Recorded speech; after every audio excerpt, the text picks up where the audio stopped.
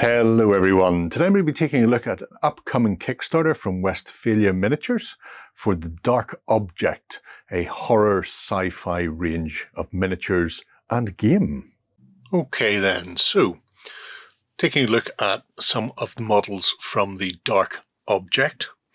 First up, the most important people of all, the Marines. So I thought I'd show you how they come rather than go through each miniature individually. Just to give you an idea. So they're going to be resin cast, as you can see. It comes with a slaughter style tab, although they are also provided with a 32mm or 30mm round acrylic base. So you can cut those off. The casts themselves are very clean.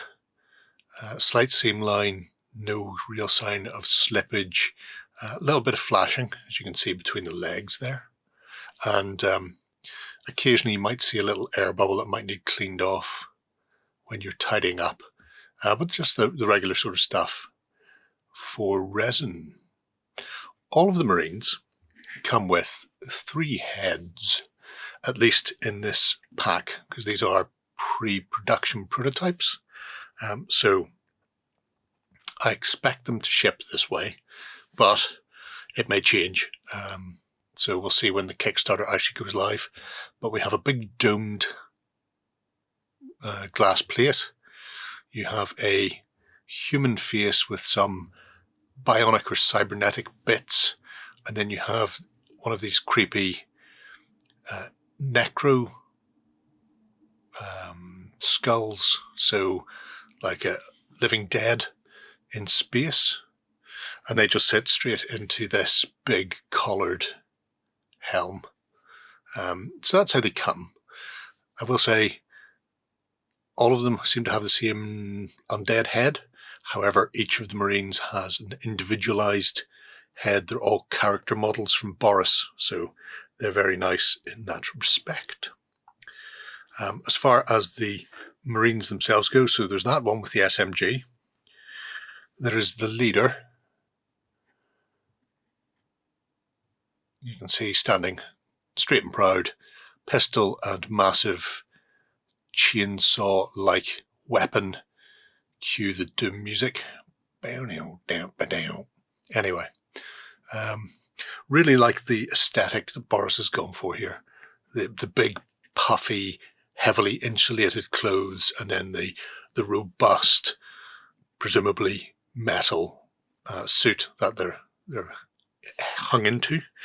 As far as size goes, bigger than your average bear. These are, what we're going to say there, around 32 to eye level, 35 to the top of his suit.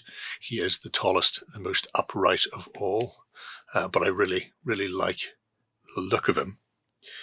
And just to show you how some of the other options look then, so that's our bear head. We also have a Marine with a missile launcher.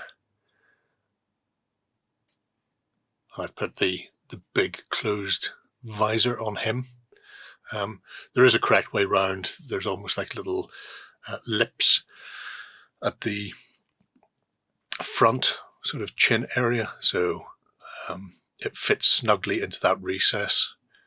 And I don't know whether I want to do those metallic or just like a heavily gloss black. But regardless, again, nice armor, sidearm, big puffy clothes, huge pack full of presumably more ammo for a friend to load into the back of that. And then, because I had to, our little fun dad having a whale of a time with a shotgun. He is Godzilla, you are Japan. Kablam. Belt of shells around his waist. Again, the same heavy aesthetic on that armor.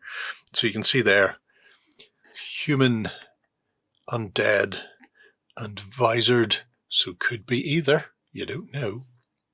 And then the SMG makes the 4th. I think there might be another one to bring it out to a squad of 5. Don't hold me to that though. But this is the Marines that you're going to be playing with. The game that they are envisaging, the Dark Object itself, is going to be played 2 to 6 models for your heroes as they go in to clear things out. And some of the things they may be clearing out are entities. And so to that end, you're going to need some specialists with your Marines. And one of the specialists here we have is a scientist, Mr. Lovecraft. Again, that huge bulky suit, so painted a nice vibrant orange. It looks like he's taken off his main sort of rigid suit. So he's just left with the pants on there, stuffed into boots, and sort of pulled down the overalls as he goes round to scan the area and make sure it's safe or habitable for the rest of the crew. Again, detail on Boris's faces is just gorgeous. He's not alone. There's also an engineer and somebody else. There's a scientist, the engineer, and a mechanic, he wants to say, in a high questioning voice, as far as sort of civilian accompanying the Marines go. And there's plans to unlock more through stretch goals. Now, some of the things you're going to be facing are aliens, and some of them come from different places. So we have here the cacao, or if you want, Keiko alien, big flying one, tiny little butthole at the back. I love him so much. He is, I mean, we all know the inspiration, but this is Doom meets Boris. And the Cyclopean floating freak is absolutely gorgeous. He only comes in 3 parts. So main body and then the bottom half of each of these horns. And there's going to be a small set of cacao baby versions that he controls. From tip of his little horny chin to the top of his head is around 35 mil. So if I bring in one of our Marines, you can see he's a big whopper floating around, coming your way. He's not the only alien. There's going to be a whole host of them, of various types. There's this incredibly creepy thing. Now, he should have a little acrylic rod. Didn't get one. I've had them before with other flying stand-based things from Westfalia, so I just used a bit of sprue there just to give you the idea of how the Cerebron floats around. With this strange biomechanical thing plugged straight into the back of it. Limbs atrophied, brain extended. Who knows what he does? I don't want to find out. So, you're looking around about, depending on the height of the flying stand, to be fair, you'll be looking around about 40 mil. He is 35 tall as well. So, weirdly, the little freaky thing is about the same size as the big Keiko demon. And then the last of the alien threat is an apex.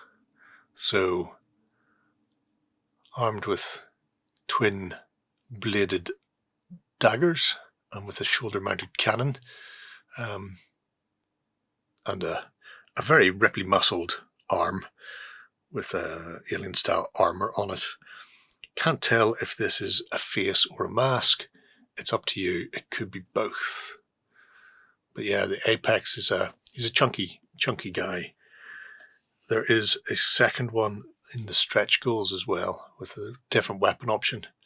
But the idea is you go on board your derelict space station or ship, and then you come up against whatever, whether it's some of the Keiko demons or the Apex predators tracking you down through the ship, and do your level best to try and deal with them before they have you. So, really nice set of alien types. If I pop them back in, you can see them in all their bizarre glory. Like I say, not the full range by any means. There's a beast of a monstrous one as well. I've mentioned stretch goals. There are going to be a few. One of the the very first is a Marine or a spacer in a hazmat suit. And this is just the most adorable egg I've ever seen in my life.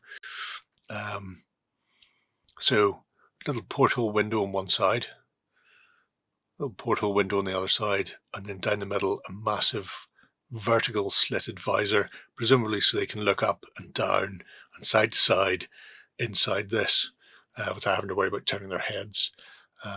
Again, heavily insulated, and that's very necessary when you're in some sort of alien-infested hazmat zone, rocking an SMG. I think these are probably one of my favourites. In fact, I think this was the first miniature I've seen painted, and it's terrific. So you can see beside our intrepid veteran, a very different look. It has a very, I think it was like a 1970s or early 80s Russian sci-fi. I want to say it was called Solaris, but I know it's not that. But it puts me in mind that it's just so odd. Yeah, I'm not sure where Boris got the idea for that from, but I love it. So he's the first of the stretch goals, but there will be other characters. I think there's a full Marine unit in hazmat suits that can be unlocked with all the weapon options.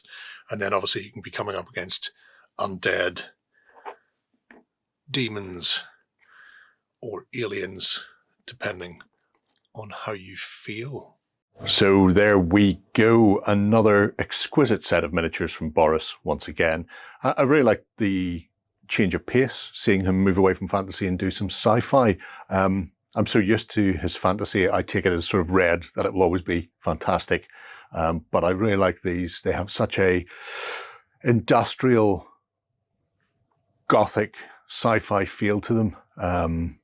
Obviously there's the little pastiches and homages in there, so you've got very Doom-like floating aliens alongside some straight from Boris's mind, which are truly terrifying, more so than Doom. The campaign, when it launches, will also have STL files so that you can make a ship corridor for playing your games out. And then there's going to be the adapted rule set based on Strong Sword by Daniel Mersey. So I'm really keen to see exactly the ins and outs of that. And hopefully I'll be able to tell you a bit about it before the Kickstarter launches as well. Anyway, let me know what you think below. I'm going to head on. Bye-bye. Go ahead and check out our other content on screen now. And while you're at it, why not hit subscribe and remember to ding our dong. Go on, you know you want to click it. Go on.